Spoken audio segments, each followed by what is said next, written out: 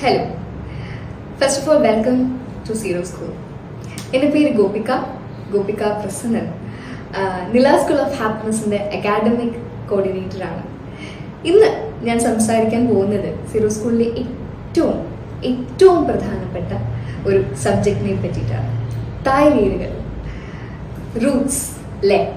ഞാൻ ഇപ്പോൾ സംസാരിക്കുമ്പോൾ ഇത് കേൾക്കുന്ന കുഞ്ഞുങ്ങള്, പേരൻസ്, ഞാൻ കുഞ്ഞുങ്ങളെയാണ് ഫോക്കസ് ചെയ്യുന്നത്. ഈ ഇരിക്കുന്ന കുഞ്ഞുങ്ങള് എവിടെ നിന്നാണ് ഇത് കേൾക്കുന്നതെന്ന് എനിക്കറിയില്ല. ഒരു പക്ഷേ നിങ്ങൾ നിങ്ങളുടെ വീട്ടിലാവാം, വിദേശത്താവാം, അല്ലെങ്കിൽ ഉപരിപഠനത്തിനായിട്ടോ നിങ്ങൾ വീട്ടിൽ നിന്ന് മാറി നിൽക്കുന്ന കുട്ടികളാവാം. നിങ്ങളോടൊക്കെ എനിക്ക് ഇന്ന് സംസാരിക്കാനുള്ളത് നിങ്ങളുടെ റൂട്ട്സിനെ പറ്റിയിട്ടാണ്.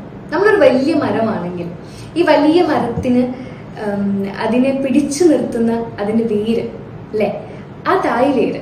അങ്ങനെ ഓരോ തായ്വേര് നമുക്കുണ്ട്. നമ്മുടെ കുടുംബത്തില് നമ്മുടെ അച്ഛൻ, നമ്മുടെ അമ്മ, നമ്മുടെ സഹോദരങ്ങൾ, നമ്മുടെ മുത്തശ്ശൻ, നമ്മുടെ മുത്തശ്ശി, അങ്ങനെയുള്ള തായ്വേരുകളെ പറ്റിയാണ് നമ്മൾ ഇന്ന് സംസാരിക്കുന്നത്.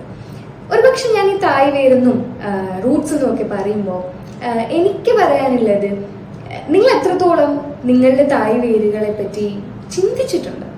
എൻ്റെ അമ്മ വരുന്ന ഏത് സാഹചര്യത്തിൽ നിന്നാണ്, എൻ്റെ അച്ഛൻ വരുന്ന ഏത് സാഹചര്യത്തിൽ നിന്നാണ്, എൻ്റെ ഗ്രാൻഡ് പേരൻസ് വളർന്നു വന്ന വീട് എവിടെയാണ്, ഞാൻ ഇന്ന് ഇങ്ങനെ ആയി നിൽക്കുന്ന ഞാൻ എന്ന് പറയുന്ന വ്യക്തിനെ ഇങ്ങനെയൊക്കെ ആക്കി തീർത്ത ആളുകൾ, ആ തായ്വേരുകൾ എങ്ങനെ ഉണ്ടായി, അതെങ്ങനെ ബലപ്പെട്ടു. ഇപ്പൊ ഒരു റൂട്ട് നമ്മളൊരു ചെടി വെച്ച ഉടനെ അങ്ങ് നല്ല ശക്തമാവുന്നില്ല.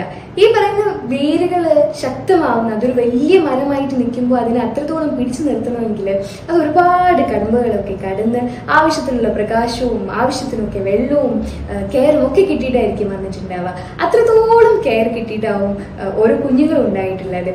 ആ വേരുകൾ നമ്മുടെ അച്ഛനാകുന്ന, നമ്മുടെ അമ്മയാകുന്ന, നമ്മുടെ സഹോദരങ്ങളാകുന്ന, നമ്മുടെ ഗ്രാൻഡ് പേരൻസ് ആകുന്ന, നമ്മുടെ നെയ്ബേഴ്സ് ആകുന്ന, നമ്മുടെ ചെറുപ്പത്തിൽ നമ്മൾ കണ്ടു വളർന്ന നമ്മുടെ കാര്യങ്ങൾ.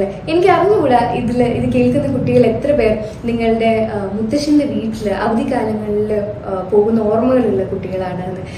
അവിടുത്തെ ആറ്റില് നീന്തുന്നതും മാങ്ങ പറിച്ച് നടക്കുന്നതും ഒക്കെ നിങ്ങൾ എന്തുമാത്രം ആസ്വദിച്ചിട്ടുള്ള കുട്ടികളാണ്. ഒരുപാട് വേഗത്തിൽ പോകുന്ന ഒരു കാലമാണ് നമുക്കിപ്പോൾ ഉള്ളത്. ഈ ഒരു ഡിജിറ്റൽ യുഗം എന്ന് പറയുന്നത്, ഈ ഡിജിറ്റൽ യുഗത്തിൽ നിൽക്കുന്ന കുട്ടികൾ മാത്രമല്ല, ഈ ഡിജിറ്റൽ യുഗത്തിൽ നിൽക്കുന്ന എല്ലാവർക്കും തന്നെ അത്രയും വേഗതയാണ്. അപ്പൊ ഈ പഴയ ജീവിത ശൈലി, അതിന്റെ ഒരു സ്ലോനെസ് ഉണ്ടല്ലോ, അതിന്റെ ഒരു വേഗത ഇല്ലായ്മയുണ്ടല്ലോ. ആ വേഗത ഇല്ലായ്മയെ നിങ്ങൾ എത്രത്തോളം തൊട്ടറിഞ്ഞിട്ടുണ്ട്? ഒരു പക്ഷെ നിങ്ങൾ അതൊക്കെ എൻജോയ് ചെയ്തിട്ടുണ്ടാവാം നിങ്ങളുടെ ഏറ്റവും ചെറിയ കാലത്ത്. ഇപ്പോ ഈ വിദേശത്ത് താമസിക്കുന്ന കുഞ്ഞുങ്ങളെ പറ്റിയൊക്കെ ഓർക്കുമ്പോൾ എനിക്ക് സങ്കടം തോന്നാറുണ്ട്. അവര് എങ്ങനെയായിരിക്കും അവരുടെ ഗ്രാൻഡ് പേരൻസിനോട് കണക്റ്റഡ് ആവുക? ഇപ്പൊ ഞാൻ പറഞ്ഞതുപോലെ അവധിക്കാലങ്ങളിൽ അമ്മയുടെ വീട്ടിലും അച്ഛൻ്റെ വീട്ടിലും ഒക്കെ ദൂരേക്ക് പോകുന്ന, അവിടെ അവധിക്കാലം എല്ലാ ഒരു വീട്ടിലെ ബ്രദേഴ്സ് ആൻഡ് സിബ്ലിങ്സ് എല്ലാവരും അവരുടെ കുടുംബം ഒത്തൊരുമിച്ച് വന്ന് ചേർന്ന് അവിടുത്തെ ഉത്സവങ്ങൾ ആഘോഷിക്കുന്ന, ഇപ്പം ഓണമായിക്കോട്ടെ, ക്രിസ്മസ് ആയിക്കോട്ടെ, ഇത്തരം ആചാരങ്ങളൊക്കെ ഒരുമിച്ച് ആഘോഷിക്കുന്ന ഒരു ഓർമ്മകളിൽ എത്ര പേരുണ്ടാവും എന്നുള്ളത് സംശയമാണ്. ഈ പഴമയുടെ ആ ഒരു വേഗത ഇല്ലായ്മയെ എത്രത്തോളം കുഞ്ഞുങ്ങൾക്ക് അക്സെപ്റ്റ് ചെയ്യാൻ പറ്റാറുണ്ട്, അഡ്ജസ്റ്റ് ചെയ്യാൻ പറ്റാറുണ്ട് എന്നൊക്കെ നമ്മൾ ചിന്തിക്കാറുണ്ട്. പലപ്പോഴും ഈ വിദേശത്തുള്ള കുട്ടികളെ വളരെ കുറച്ചുകൂടെ സ്പെസിഫൈ ആയിട്ട് ഫോക്കസ് ചെയ്യുന്നത് ഒരുപക്ഷെ അവർക്ക് പലപ്പോഴും നഷ്ടപ്പെടുന്ന അവരുടെ ഈ റൂട്ട്സിനെ പറ്റിയിട്ടുള്ള അവയർനെസ് ആണ്. ഇത് കണ്ടുകൊണ്ടിരിക്കുന്ന കുട്ടികളോട് എനിക്ക് പറയാനുള്ളത്, നിങ്ങൾ ഇന്ന് തന്നെ തീർച്ചയായും ചെയ്യേണ്ട കാര്യം, നിങ്ങളുടെ അപ്പൂപ്പനും നിങ്ങളുടെ അമ്മൂമ്മയും ഒക്കെ ഉപയോഗിക്കുന്ന അവരുടെ ഭാഷ ഒന്ന് ശ്രദ്ധിക്കുക, അവരുടെ ശൈലി ഒന്ന് ശ്രദ്ധിക്കുക. ചിലപ്പോൾ നമ്മൾ അത്രയും ഫാസ്റ്റ് ആയിട്ട് സംസാരിക്കുന്നുണ്ടാവില്ല, നമ്മുടെ ലാംഗ്വേജിനൊപ്പം അവർ ഓടിയെത്തുന്നുണ്ടാവില്ല. പക്ഷെ അത്രയും ബ്യൂട്ടിഫുൾ ആയിട്ട് അവർ സംസാരിക്കുന്ന കേട്ട് നോക്കുക, അതിനെ അക്സെപ്റ്റ് ചെയ്ത് നോക്കുക, അതിനെ എൻജോയ് ചെയ്ത് നോക്കുക. അതിലുപരി അവരെന്തുകൊണ്ടായിരിക്കും അങ്ങനെ സംസാരിക്കുന്നത്, അവരെ അത്തരത്തിലുള്ള ശൈലി, എനിക്ക് തോന്നുന്നു ഇപ്പോഴത്തെ കുട്ടികൾ ഉപയോഗിക്കുന്ന, നമ്മൾ വളരെ സ്ഥിരമായി നമ്മൾ പറയുന്ന ശൈലികളൊക്കെ തന്നെയും പഴയ തലമുറയ്ക്ക് അറിയുന്ന കാര്യങ്ങളല്ല.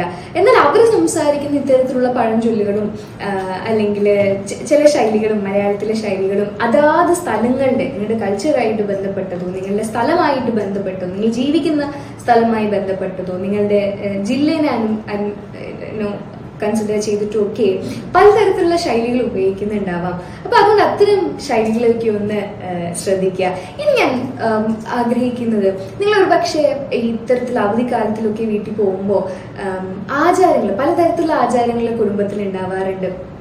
അത് നിങ്ങൾ ഒരു കുടുംബക്ഷേത്രത്തിൽ ഒരുമിച്ച് എല്ലാവരും കൂടെ പോകുന്നതാവാം, ഒരു ഓണാഘോഷത്തിന് എല്ലാവരും കൂടെ ഒത്തൊരുമിച്ച് ഫുഡ് കഴിക്കുന്നതാവാം, ക്രിസ്മസ് ആയിക്കോട്ടെ, മറ്റേത് തരത്തിലുള്ള സെലിബ്രേഷൻ ആണെങ്കിലും അത്തരം സെലിബ്രേഷൻസിൽ നിങ്ങൾ ഒന്നായി ചേർന്ന് നിൽക്കുന്ന ഓർമ്മകൾ ഉണ്ടാവുമല്ലോ. ആ ഓർമ്മകളൊക്കെ തന്നെയും നിങ്ങളുടെ തായ് വേരിനെ അത്രത്തോളം സ്ട്രെങ്തൻ ചെയ്യുന്ന, ശാക്തീകരിക്കുന്ന ഒന്ന് തന്നെയാണ്. ഇനി പലപ്പോഴും നമ്മൾ ഒരുപാട് ഒരാളെ കാട്ടി തരാൻ പറയുമ്പോൾ, അല്ലെ, ഇപ്പം എനിക്ക് എൻ്റെ ഒരു ഫ്രണ്ടിനെ കാണണം, അല്ലെങ്കിൽ എനിക്ക് എൻ്റെ അച്ഛനെ കാണണം, എനിക്ക് എൻ്റെ അമ്മയെ കാണണം എന്ന് പറയുമ്പോൾ നമുക്ക് ഏറ്റവും ഈസി ആയിട്ട് നമ്മുടെ ഫോണിൻ്റെ ഒരു ഗാലറിയിൽ, നമ്മുടെ ഗൂഗിൾ ഫോട്ടോസിലോ അല്ലാതെയോ നമ്മുടെ ഡ്രൈവിലോ ഒക്കെ ആയിട്ട് നമുക്ക് ഫോട്ടോസ് ഉണ്ടാവാറുണ്ട്. അപ്പോഴൊക്കെ നിങ്ങളൊന്ന് ഓർത്തു നോക്കുക, ഒരുപക്ഷെ നിങ്ങളുടെ അച്ഛനും അമ്മയും ഒക്കെ, ഇപ്പോഴത്തെ കുട്ടികളാണ് കേട്ടോ, നിങ്ങളുടെ അച്ഛനും അമ്മയും ഒക്കെ നിങ്ങളെ ഒരു ഫോട്ടോ കാണിച്ചിട്ടുണ്ടാവുക പഴയ ഒരു ആൽബത്തിൽ നിന്നായിരിക്കും. ഇപ്പോഴത്തെ ഡിജിറ്റൽ ആൽബത്തിനെയൊക്കെ കമ്പയർ ചെയ്ത് നോക്കുമ്പോൾ അത്തരം ആൽബങ്ങൾ, അത്തരം ഒരു ആൽബം നിങ്ങളുടെ കയ്യിലുണ്ടെങ്കിൽ തീർച്ചയായും നിങ്ങളൊന്ന് എടുത്തു നോക്കണം. അതിൽ നിങ്ങളുടെ തായ് വേരുകൾ, നിങ്ങളുടെ അപ്പൂപ്പന്റെ ചെറുപ്പകാലമാവാം, നിങ്ങളുടെ അമ്മയുടെ ചെറുപ്പകാലമാവാം, നിങ്ങളുടെ അച്ഛന്റെ ചെറുപ്പകാലമാവാം, ഇപ്പോഴുള്ള നമ്മുടെ ഒരു ഡിജിറ്റൽ ഗാലറിയിൽ നിന്നൊക്കെ എന്തുമാത്രം വ്യത്യസ്തമായിട്ടുള്ള നല്ല നല്ല ഓർമ്മകൾ ഇപ്പോഴും തീർച്ചയായും ഡിജിറ്റൽ യുഗത്തിലുള്ളതൊക്കെ തന്നെയും നല്ല നല്ല ഓർമ്മകളാണെങ്കിൽ കൂടിയും ഒരു തിരിഞ്ഞു നോട്ടം പലപ്പോഴും വളരെ ബ്യൂട്ടിഫുൾ ആയിരിക്കും. കുട്ടികളോടാണ് ഇന്ന് നിങ്ങൾക്കുള്ള ഒരു ടാസ്ക് എന്ന് പറയുന്നത്, അല്ലെങ്കിൽ നിങ്ങളൊന്ന് ചിന്തിച്ചിട്ട് ഇതൊന്ന് ചെയ്ത് നോക്കണല്ലോ എന്ന് നിങ്ങൾക്ക് തോന്നുന്ന ഒരു കാര്യം പറയട്ടെ. നിങ്ങൾ നിങ്ങളുടെ പഴയ കുടുംബ വീടിന്റെ ഫോട്ടോ ഉണ്ടോ എന്ന് ചോദിക്കാം അച്ഛനോടും അമ്മയോടും. നമ്മൾ മുമ്പ് പറഞ്ഞ ആൽബത്തിലുണ്ടോ എന്ന് തപ്പി നോക്കുക. ഇല്ലെങ്കിൽ ഫോണിലാണെങ്കിലും കുടുംബ വീടുണ്ടോ എന്ന് നോക്കുക. ഇനി ആ കുടുംബ വീട് അവിടെ അങ്ങനെ തന്നെ ഉണ്ടെങ്കിൽ, അത് നിങ്ങൾ ഒരുപാട് കാലമായി പോയിട്ട് നിങ്ങൾ അവിടെ ഒരുപാട് കാലമായിട്ടും പോയിട്ടില്ല എങ്കിൽ തീർച്ചയായിട്ടും അടുത്തൊരു ദിവസം തന്നെ അവിടെ പോകണമെന്നൊന്ന് പ്ലാൻ ചെയ്യാം. നിങ്ങളാക്കിയ, നിങ്ങളുടെ അച്ഛനും അമ്മേനെയും അവരാക്കി തീർത്ത, നിങ്ങൾ ഇന്ന് ഇങ്ങനെ ആയിരിക്കാൻ അവരെ മോൾഡ് ചെയ്തെടുത്ത ആ ഒരു സ്പേസും നിങ്ങളുടെ ഇപ്പോഴത്തെ നിലവിലെ വീടും തമ്മിലൊരു വലിയ വ്യത്യാസം ഉണ്ടാവാൻ ചാൻസ് ഇല്ലേ? ആ ഒരു വ്യത്യാസം എന്താണ് എന്ന് നോക്കാം. അതുപോലെ തന്നെ നിങ്ങളുടെ അച്ഛമ്മയും അച്ഛനും മുത്തശ്ശനും ഒക്കെ പറയുന്ന, അല്ലെങ്കിൽ നിങ്ങളുടെ അമ്മാവന്മാരൊക്കെ പറയുന്ന, നിങ്ങളുടെ അമ്മയുടെ കസിൻ, അച്ഛൻ്റെ കസിൻ ആയിട്ട് വരുന്ന ആളുകൾ പറയുന്ന പഴയ പഴഞ്ചൊല്ലുകളും ശൈലികളും ഒക്കെ ഒന്ന് അന്വേഷിച്ച് നോക്കുക. ഇനി അതും അല്ലെങ്കിൽ ഞാൻ നിങ്ങളോട് പറയുന്നു ഒരു 5 ക്വസ്റ്റ്യൻ, വളരെ സിമ്പിൾ ആയിട്ടുള്ള ഒരു 5 ക്വസ്റ്റ്യൻ. അച്ഛനെയും അമ്മേനെയും ഒക്കെ ഒന്ന് വിളിച്ചിരുത്തിയതിനു ശേഷം അവരോട് ചോദിക്കാം, നിങ്ങളുടെ വീട് എങ്ങനെയാണ് ഇത്തരത്തിലുള്ള ഒരു വീടായിട്ട് മാറിയത്? ഇതിന് ചുറ്റുപാട് എങ്ങനെയായിരുന്നു? അവിടെ ആരൊക്കെയാണ് ഉണ്ടായിരുന്നത്? അക്കാലത്തെ ആചാരങ്ങൾ എന്തായിരുന്നു? അക്കാലത്ത് നിങ്ങൾ എങ്ങനെയാണ് സ്കൂളിൽ പോയിക്കൊണ്ടിരുന്നത്? അല്ലെങ്കിൽ നിങ്ങൾ എങ്ങനെയാണ് ഇന്നത്തെ ഈ അച്ഛനും അമ്മയും ഒക്കെ ആയിത്തീർന്നത് എന്ന് നിങ്ങൾക്ക് ചോദിക്കാനായിട്ട് പറ്റും. നിങ്ങളുടെ സ്കൂൾ എവിടെയായിരുന്നു? അച്ഛൻ്റെ അമ്മയുടെയും സ്കൂൾ അറിയുന്ന കുട്ടികൾ ഈ കൂട്ടത്തിലുണ്ടോ? അച്ഛനും അമ്മയും എങ്ങനെയാണ് സ്കൂളിൽ പോയിരുന്നത് എന്നറിയോ? അവരുടെ ചെറുപ്പകാലത്തിലെ കളികൾ. ഇപ്പൊ ഒരുപക്ഷെ എനിക്ക് തോന്നുന്നു കുട്ടികളൊക്കെയും ലൂഡോയും ചെസ്സും മൊബൈലിൽ എന്തൊക്കെയോ ഗെയിമുകളും ഒക്കെ കളിക്കുമ്പോൾ പലപ്പോഴും നമ്മുടെ അച്ഛനും അമ്മയൊക്കെ കളിച്ചത് ഇട്ടൂലി പോലുള്ള, അല്ലെങ്കിൽ ഇട്ടൂലി എന്നൊരു വാക്ക്, ഒരു കളി നിങ്ങൾ കേട്ടിട്ടുണ്ടോ എന്ന് എനിക്കറിയില്ല, ഇട്ടൂലി പോലുള്ള, ഒളിച്ചുകളി പോലുള്ള പലതരത്തിലുള്ള എന്താ പറയാ, നമ്മൾ സാറ്റെന്നും അങ്ങനെയൊക്കെ പറയുന്ന ഒരുപാട് തരം കളികൾ ഉണ്ടാവുമല്ലോ. അപ്പൊ ഈ അച്ഛനും അമ്മയൊക്കെ കളിച്ച് അവരുടെ ചെറുപ്പത്തിൽ അവർ ഈ ഫോണൊന്നും ഉണ്ടായിരുന്നില്ല. ഇപ്പോഴത്തെ കാലത്തുള്ളതുപോലെ ഒരു ലൈബ്രറി ആക്സസ് ഒന്നും അവർക്ക് ഉണ്ടായിട്ടുണ്ടാവില്ല. ഇത്തരം യാത്രകൾ ചെയ്യുന്നുണ്ടാവില്ല. അപ്പൊ അതുകൊണ്ട് തന്നെ അവരവരുടെ ചെറുപ്പകാലത്തിൽ എങ്ങനെയാണ് ടൈം സ്പെൻഡ് ചെയ്തിരുന്നത് എന്ന് ചോദിക്കാം. അവർ യാത്ര ചെയ്തിരുന്നത് എങ്ങനെയാണ്? അവരുടെ വിനോദങ്ങൾ എന്തൊക്കെയാണ്? അവർ സുഹൃത്തുക്കളായിട്ട് ഒത്തുചേരുമ്പോൾ അവരെങ്ങനെയാണ് കളിച്ചിരുന്നത്? അവരുടെ സംഭാഷണങ്ങൾ എങ്ങനെയായിരുന്നു? അവരുടെ ജീവിതശൈലി എന്തായിരുന്നു? അവരുടെ ഫുഡ് ഹാബിറ്റ്സ് എന്തായിരുന്നു എന്നൊക്കെ നിങ്ങൾ അന്വേഷിക്കുക. അല്ലെങ്കിൽ അവർ 1ാം ക്ലാസ് മുതൽ 10ാം ക്ലാസ് വരെ പഠിച്ചത് എവിടെയാണ് എന്ന് ചോദിക്കുക. അവർ ഈ സ്കൂളിൽ പഠിച്ച സമയത്ത് അവരുടെ സുഹൃത്തുക്കൾ എങ്ങനെയായിരുന്നു എന്ന് ചോദിക്കുക.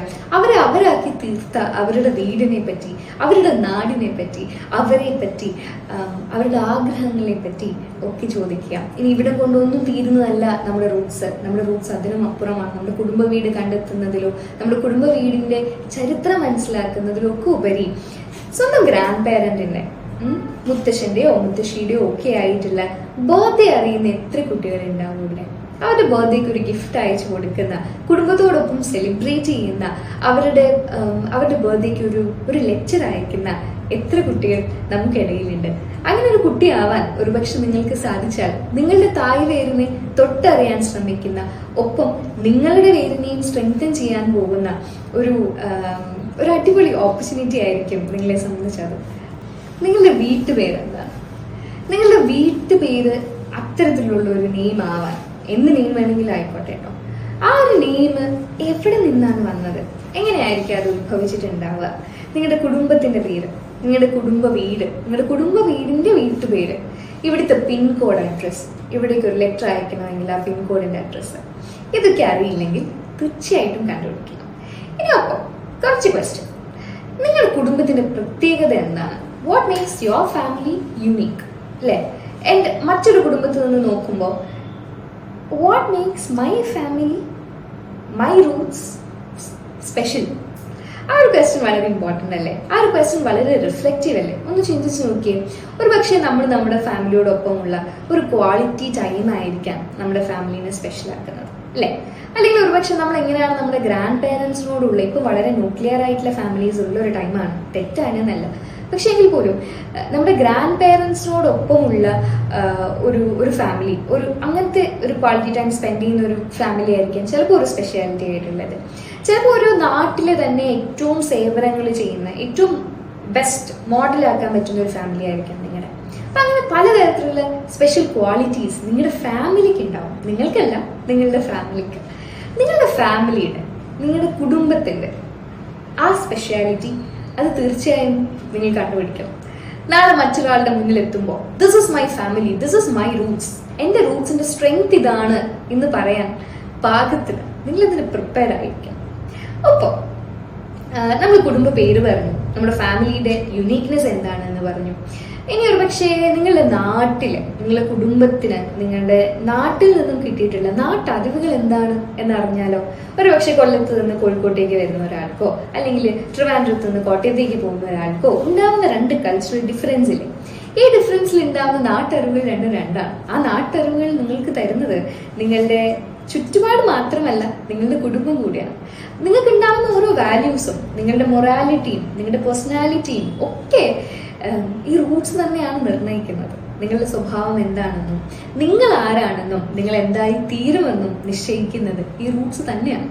അതുകൊണ്ട് ഈ റൂട്ട്സിനെ മനസ്സിലാക്കുക. ഈ റൂട്ട്സിന്റെ വാല്യൂസ് എന്താണ്, ഈ റൂട്ട്സിന്റെ വാല്യൂസ് എങ്ങനെ ഇങ്ങനെയായി തീർന്നു എന്നൊക്കെ പഠിക്കേണ്ടുന്നത് നിങ്ങളുടെ ഉത്തരവാദിത്വം കൂടിയാണ്. നിങ്ങളുടെ വീട്ടിൽ പാരമ്പര്യമായി നടന്നു പോകുന്ന ആചാരങ്ങൾ എന്താണെന്ന് നോക്കുക. നിങ്ങളുടെ തറവാട് എവിടെയാണെന്ന് നോക്കുക. ആ തറവാട്ടിലെ വിസിറ്റ്സിനെ പറ്റി നിങ്ങൾ ആലോചിക്കുക. നിങ്ങളുടെ ലൈഫില് നിങ്ങളുടെ ഈ ഫാമിലി നിങ്ങൾക്ക് തന്ന ഏറ്റവും ബെനിഫിഷ്യൽ ആയിട്ടുള്ള കാര്യം എന്താണ് എന്ന് കൂടി ചിന്തിക്കുക. അതൊരു പക്ഷെ നിങ്ങളുടെ സ്വഭാവ രീതിയാവാം, നിങ്ങൾ മറ്റൊരാളെ ട്രീറ്റ് ചെയ്യുന്ന രീതിയാവാം, നിങ്ങൾ ഒരുപാട് ആളുകളോട് സ്നേഹത്തിൽ പെരുമാറുന്നതാവാം, നിങ്ങൾ നിങ്ങളുടെ കമ്മ്യൂണിറ്റിക്ക് വേണ്ടിയും സൊസൈറ്റിക്ക് വേണ്ടിയും ആവുന്നതിൽ നിങ്ങളുടെ ഫാമിലി നിങ്ങളെ മോൾഡ് ചെയ്തതാവാം. What you gained from your family, ഫാമിലിയുടെ സ്പെഷ്യാലിറ്റി എന്താണ് എന്ന് ചിന്തിക്കുന്നതിനോടൊപ്പം what you gain from your family എന്ന് കൂടി ചിന്തിക്കുക. ഇനി ഒരു മറുചോദ്യം കൂടി ഉണ്ട്. ഫാമിലി എന്ത് തന്നു എന്ന് ചോദിക്കുമ്പോൾ നിങ്ങൾ എന്താണ് നിങ്ങളുടെ റൂട്ട്സിന് വേണ്ടി ചെയ്തത് എന്ന് കൂടി നമ്മൾ ചിന്തിക്കണ്ടേ? ഞാൻ ചെയ്യുന്ന ഇപ്പോഴത്തെ ഒരു കാര്യം വാട്ട് മേക്സ് മേ ബി എന്തായിരിക്കും എൻ്റെ ഒരു മുത്തശ്ശീനെ, എൻ്റെ ഒരു മുത്തശ്ശനെ, എൻ്റെ അച്ഛനെ, എൻ്റെ അമ്മേനെ ഇപ്പൊ ഞാൻ ചെയ്യുന്ന എന്ത് കാര്യമായിരിക്കും അവർ ഒരുപക്ഷെ അഭിമാനത്തോടു കൂടി നോക്കുക. എൻ്റെ കുട്ടി, എൻ്റെ മകൻ, എൻ്റെ മകൾ, എൻ്റെ കൊച്ചുമകൾ എന്നൊക്കെ അവർ അഭിമാനത്തോടെ നിങ്ങളിൽ നോക്കി കാണുന്ന ആ ഒരു കാര്യം എന്താവും? അതുകൊണ്ട് ആ ഒരു ചോദ്യത്തോടു കൂടി ഇന്നത്തെ റൂട്ട്സ് എന്നുള്ള സെഷൻ ഞാൻ അവസാനിപ്പിക്കുകയാണ്. I hope you enjoyed. Thank you so much.